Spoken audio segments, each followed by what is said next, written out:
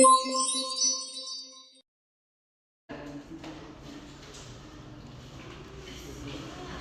pagi semua. Pagi, Bu. Bagaimana kabarnya hari ini? Baik, Bu. Alhamdulillah. Nah, sebelum mulai pelajaran, baiklah, boleh bersihkan kelasnya dulu dan rapikan bangkunya.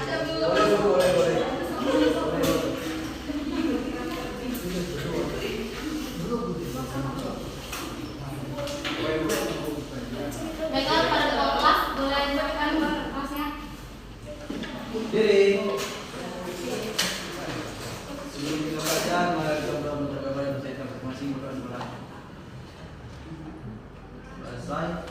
Pada Ibu selamat pagi. Selamat pagi, Bu.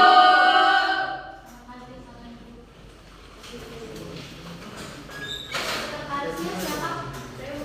Siapa yang hadir hari ini? Alhamdulillah bisa jawab. Alhamdulillah. Nah, sebelum mulai pelajaran, Ibu mau nanya, siapa yang pernah mengikuti organisasi? Saya, Bu. Saya, Bu. Nah, Evita, organisasi apa yang diikuti? PKM, Bu. Nah, organisasi PKM itu seperti apa? Kembangkan. Oke, nah contohnya seperti Elsita ini. Nah, dia mengikuti organisasi kenaikan proposal PKM dengan bisnis yang sesuai dengan jurusannya.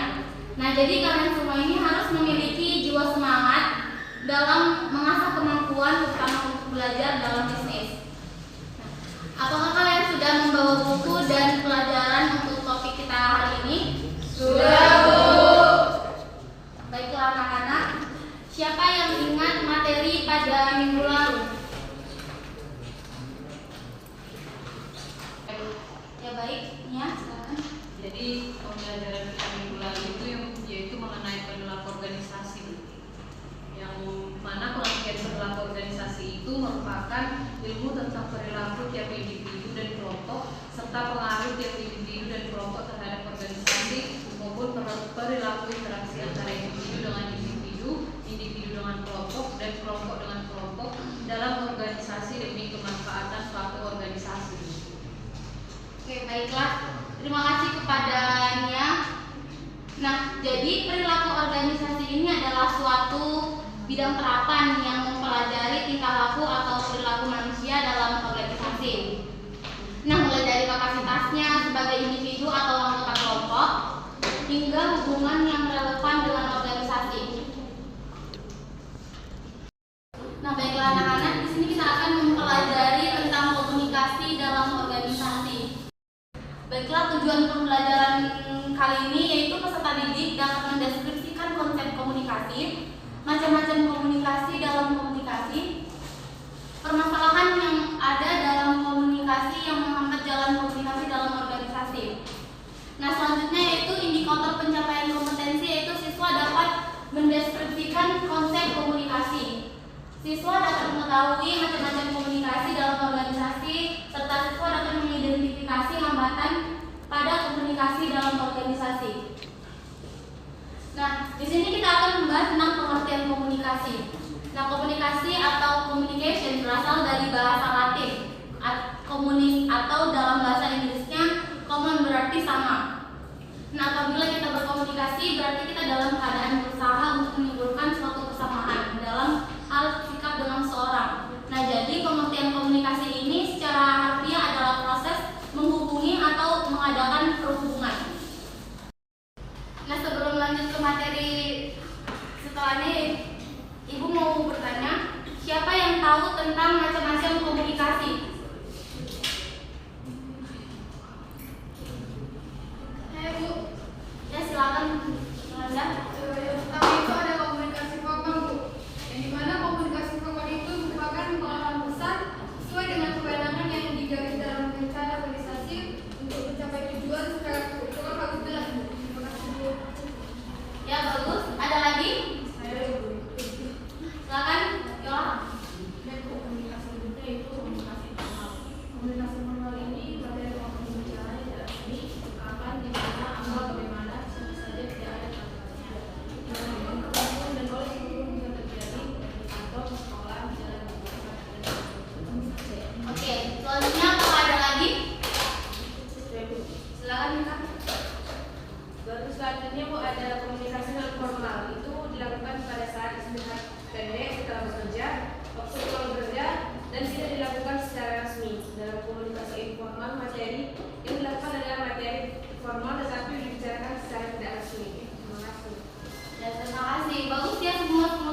jadi macam-macam komunikasi itu ada 3, yaitu komunikasi formal, komunikasi non formal, dan komunikasi informal yang sudah dijelaskan pada teman-teman kalian.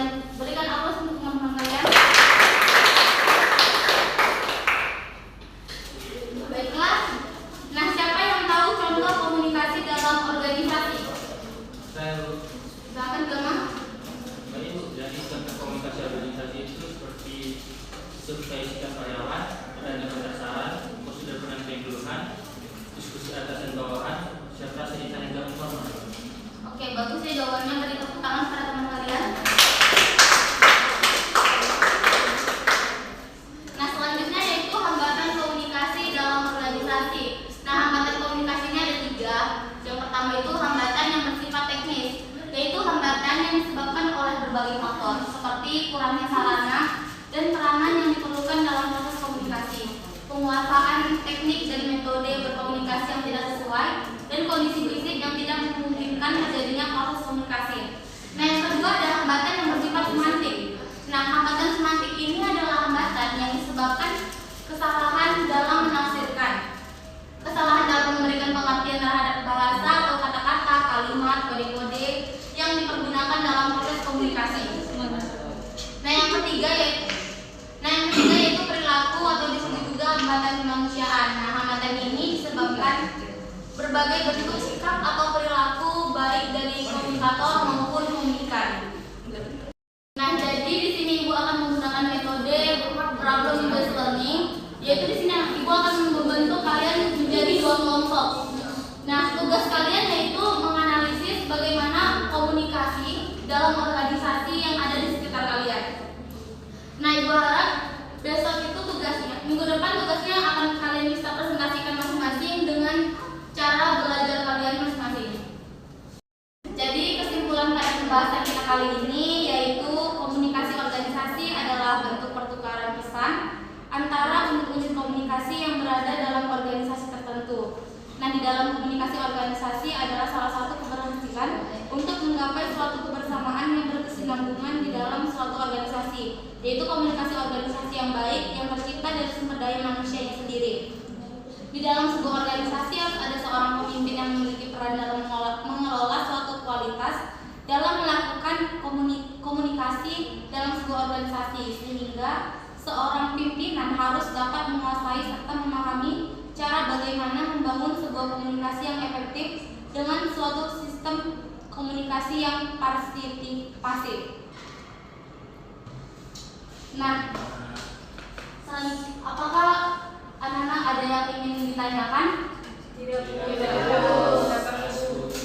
Baiklah, jika sudah mengerti, pembelajaran kali ini cukup sampai di sini pada ketua kelas.